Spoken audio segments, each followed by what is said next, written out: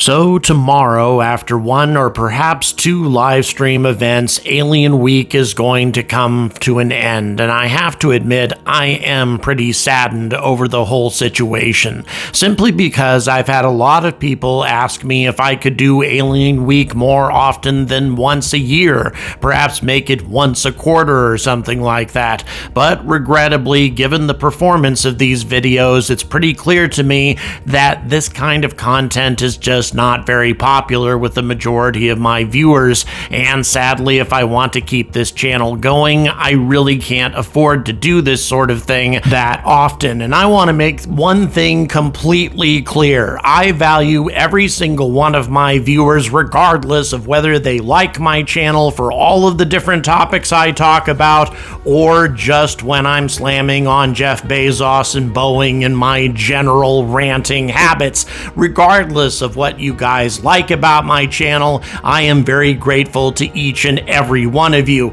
However, if you really want to see another Alien Week in less than a year, the only way I can see that happening is to share these videos with friends and people that you know, people who might share your interest in this kind of topic, alien megastructures, alien signals, that sort of thing, because clearly my current list of subscribers are just not tremendously interested in it. However, I don't want to disadvantage the thousands of you who have tuned in, so this is the only way I can see to bring more people into the fold who might like this sort of content, so I can release it more often. However, the Angry Astronaut isn't going to change in general. I'm mostly going to be talking about spaceflight and what makes me angry about that. Let's move on. Those of you who read the title of this video and boldly decided to click on it may be a bit confused about what I'm talking about and why I'm venturing into such controversial topics. I mean, pulsars, we've known for a very long time that those are natural, right? Right? Well, not exactly. When the first radio pulsar was discovered in July of 1967, some things about it, certain characteristics of pulsars were determined to be so consistent, so regular, and highly invariant, and since astronomical sources don't exhibit this kind of precision, the researchers who first discovered this astronomical phenomena actually concluded that it might very well be an alien beacon or alien transmitter of some kind. They actually believed that this was the most likely explanation, how things have changed since 1967. Now, of course, since then, we have come up with very good astronomical models that explain pulsars as being a natural phenomena, but there are still things about them that are very suspicious. And on February 6, 2016, a man named Paul Laviolette released a bold paper challenging the notion that all pulsars anyway are natural objects, and suggested that the researchers back in 1967 might have been right after all.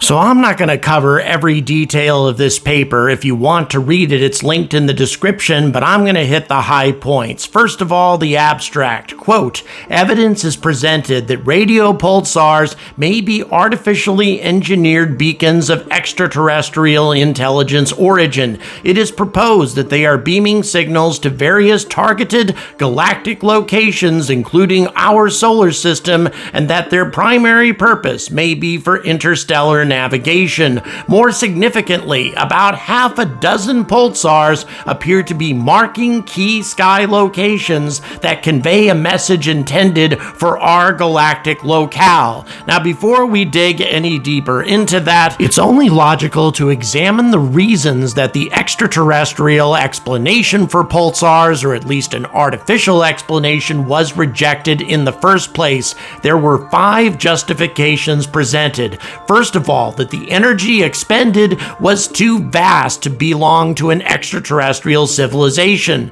Number 2, the source did not come from a planet and therefore could not come from an intelligent civilization. The source was not narrowband, and there exists a natural model explaining pulsars. And finally, that other sources of pulsation were quickly found. Now let's go ahead and dismiss one of these right away. The source didn't come from a planet and so couldn't come from an intelligent civilization. With that explanation, we are dismissing the possibility that civilizations would be capable of interstellar travel, which is absolutely ridiculous. Indeed, at the time that this justification was presented, many theories existed explaining how the human race could become an interstellar civilization, let alone a civilization millions of years more advanced than our own. Okay, what about energy expenditure? Well, granted, pulsars produce an insane amount of energy. Why would an alien civilization bother creating something that powerful? Well, when you consider the size of the galaxy and the absolute importance of a navigational system to a civilization that is actually traversing the distance between stars, the amount of energy expended on pulsars, especially if pulsars are naturally occurring phenomena anyway that you just have to modify or perhaps engineer, then the engineering cost, or rather energy cost, becomes a lot more reasonable. For example, compare the amount of effort and energy that we have to expend to create a global positioning network on our own planet and present the cost of that to perhaps an Amazonian tribe. They would regard that as being completely impossible. Magical, in fact, and also unnecessary given their limited requirements. However, we certainly invest all of the necessary energy and expenditure in creating this navigational network for obvious reasons. Now I'm going to quote Mr. Vidal himself on the third reason that an intelligent origin for pulsars were dismissed. Quote, that other sources of pulsation were quickly found. As Burnell, one of the scientists who dismissed this argument, argued, quote, it was very unlikely that 2 lots of little green men, boy, they love using that term, would both choose the same improbable frequency and at the same time to try signaling to the same planet Earth. There are 2 different arguments in this sentence. The first says that 2 ETIs using the same frequency is unlikely. I fail to see any logic in this argument. Imagine an alien coming to Earth, observing 2 mobile phones emitting on similar frequencies and concluding that this is not intelligent communication. Now, the second part of the sentence further assumes that little green men try signaling to the same planet Earth. It thus assumes that pulsar signals are specifically directed to Earth. Here, I completely agree that it is unlikely that ETIs in 2 different parts of the galaxy would be eager to communicate with us. However, this is no reason to dismiss the ETI hypothesis. I'm beginning to wonder why this argument was dismissed in the first place. Now, the fourth argument has to do with bandwidth. Pulsars tend to emit tremendous amounts of energy over a broadband type of signal. Now, this is unlike most types of intelligent transmissions, which are narrowband in order to conserve energy. However, this is not necessarily the case any longer. Modern communications have now started to use what's called spread spectrum communication techniques. Spread spectrum communication communication systems are robust against the threats of jamming, interception, and cause minor interference to other systems. They are useful for suppressing interference,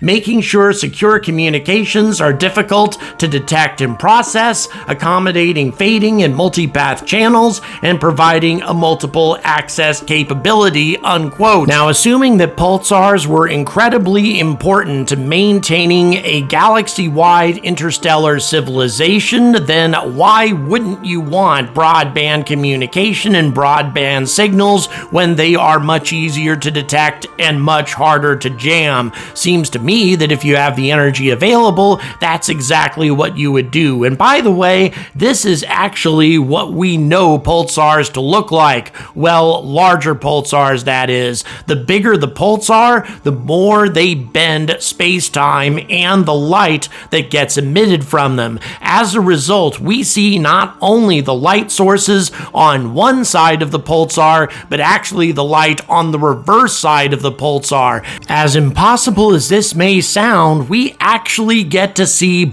both sides of a pulsar from either side of the object, which once again seems to defy all logic, but at the same time, that is exactly what we get to see when we observe any pulsar. And by the way, this particular example, you're actually seeing both the top and the bottom of the pulsar, the north and south pole, that is, simultaneously on the south pole. Now, lower mass pulsars don't do this. It's very interesting to see the differences in pulsars and how the difference in mass can radically affect their appearance, but we may get back to that a little bit later on. The final explanation is the fact that there's a very good astronomical model that explains why pulsars exist. As a matter of fact, their existence was predicted before they were even discovered. Mathematical models predicted that large stars after a supernova explosion would collapse upon themselves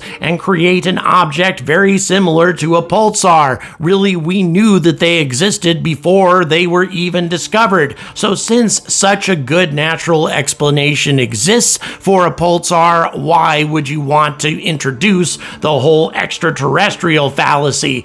And Vidal agrees, quote, "Any astrobiologist wants to avoid the aliens of the gap fallacy. As with the God of the gaps fallacy, the temptation is to attribute some unexplained phenomenon to aliens. Of course, this is unwarranted and unscientific. However, this also assumes that all observations must be the result of natural phenomena and not due to advanced technology, and this is also illogical because it assumes that extraterrestrial civilizations have no detectable effect on the universe." Vidal, like Paul Violette, also points out that pulsars have some insanely useful applications. For example, millisecond pulsars keep time with a level of accuracy that either rivals or surpasses the capabilities of modern atomic clocks. In addition to that, even for civilizations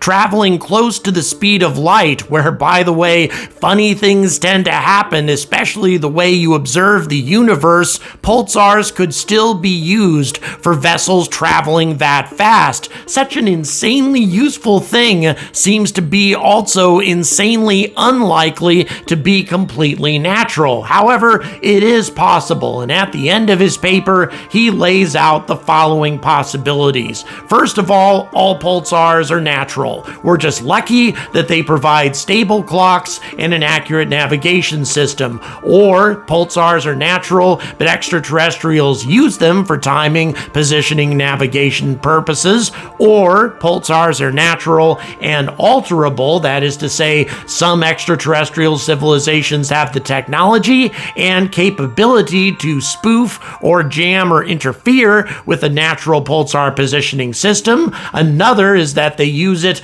only for millisecond X-ray pulsars, that they've modified those particular pulsars for galactic navigation navigation, the next possibility is that all pulsars are artificial. Extraterrestrial civilizations build them by intentionally triggering supernovas. And finally, that all pulsars are artificial and that extraterrestrial civilizations are actually sending us Earth-specific messages. Now, personally, I find it the most likely scenario that alien civilizations, very advanced ones anyway, have modified existing pulsars and transformed them into millisecond pulsars, thus making them far more useful. That seems to be a likely scenario to me, but once again, we have very little proof of that.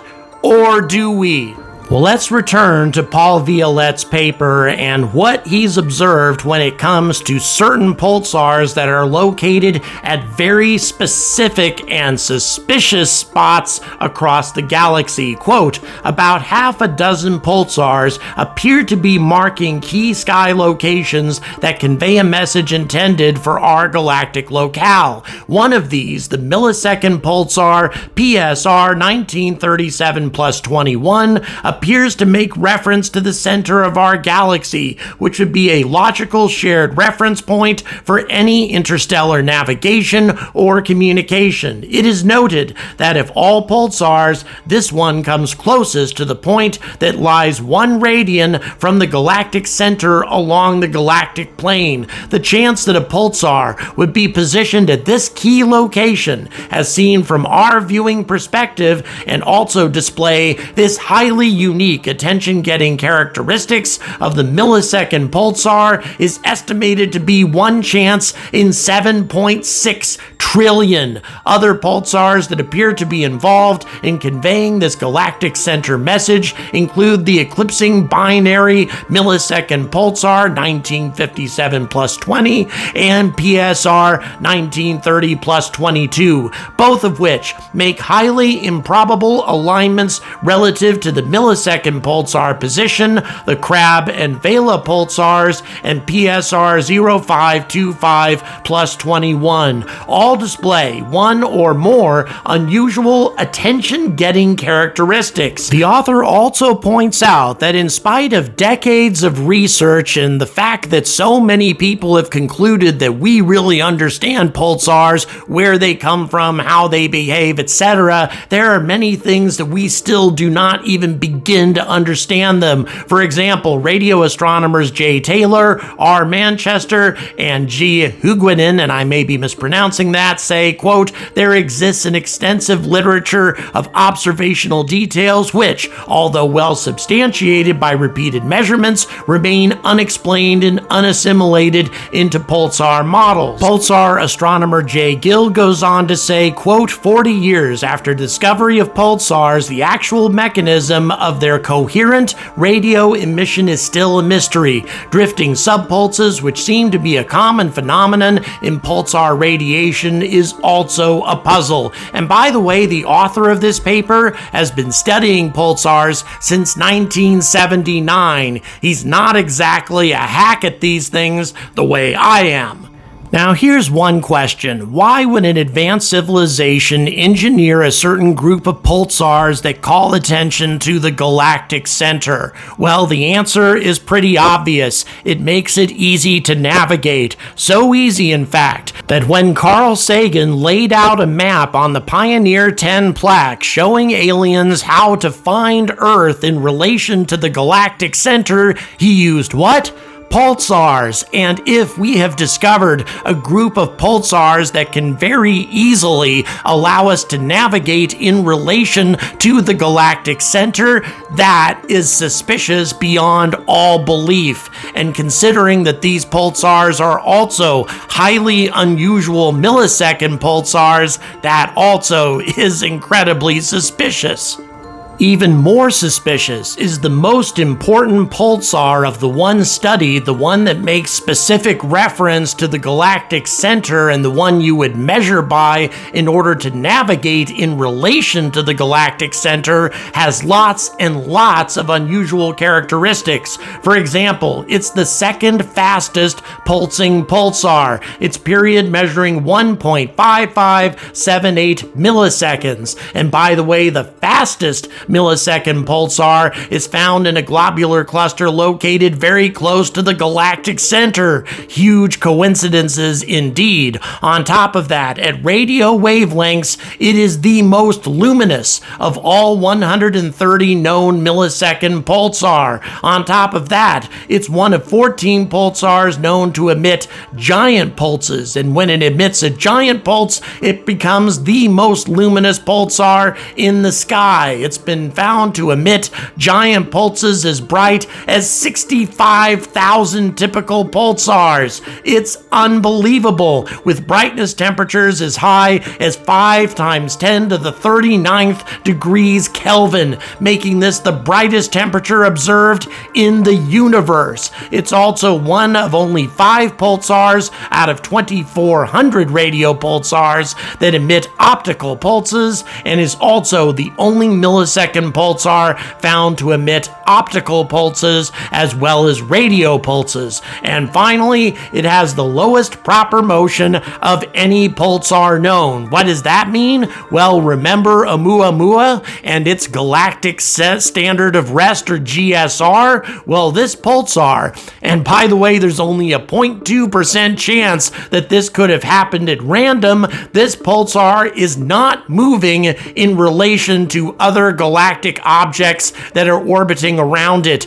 In other words, it is a stationary pulsar, incredibly useful for navigational purposes. Did all of this really happen by chance? The odds are becoming more and more unlikely the more we discover about it. And yet, is this being reported by anybody in the respected astrophysics or astronomy community? Of course not, because these people value their careers.